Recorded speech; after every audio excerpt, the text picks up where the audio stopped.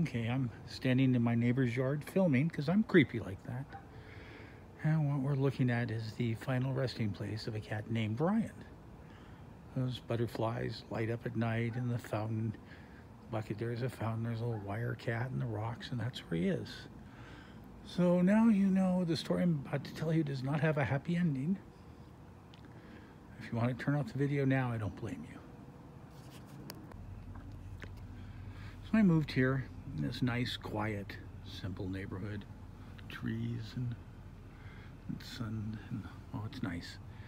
Moved here about 3 years ago. And within the first week, this cat was yelling at me from across the street, and I said, hi, Key. And he came running up to me, started rubbing my leg, this cute little orange guy. I'm like a little old man. I scratched his head, and he purred and rubbed and purred, and oh, this is sweet. And I wrote on Facebook that night, I met my first neighbor, orange-haired gentleman who yelled hello from across the street. I said hi back. He came and walked across the street to talk to me. Then he started rubbing my leg. So I reached down and scratched his head, and I know we're going to be good friends. Of course, the implication was that it was a human. Things were getting weird, but no, it was a cat.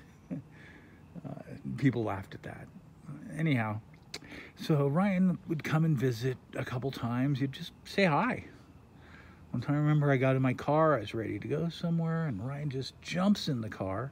I didn't know his name, but he jumps in the car and he instantly jumps on my lap and puts his paws around my neck and hugs me. It was the cutest thing.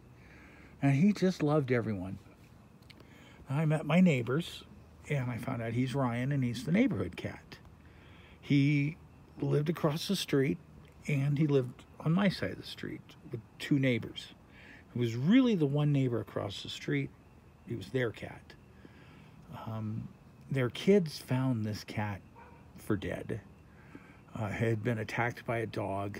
It was bloody and nearly lifeless, and they thought they could save it.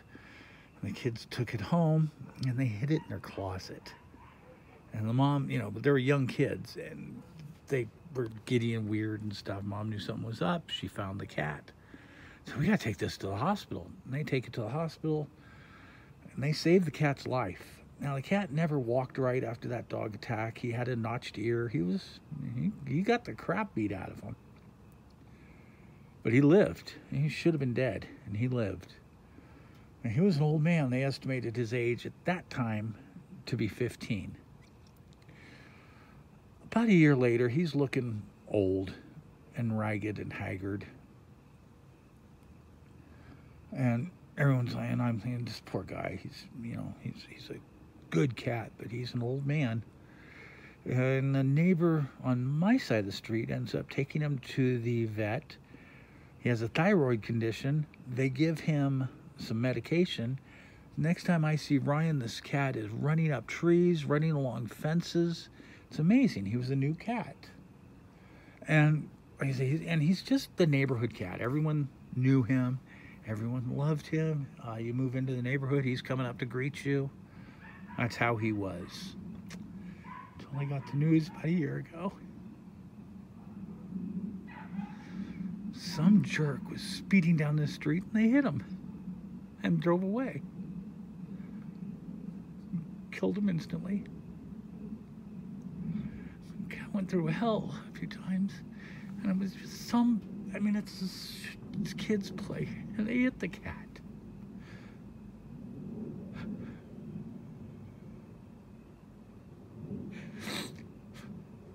Sorry.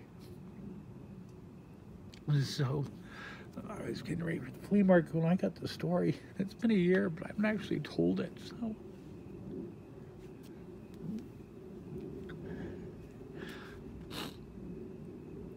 And, yeah, they had services for him. I wasn't around when it happened. But they showed me his burial spot. I've always missed him. He's a special cat.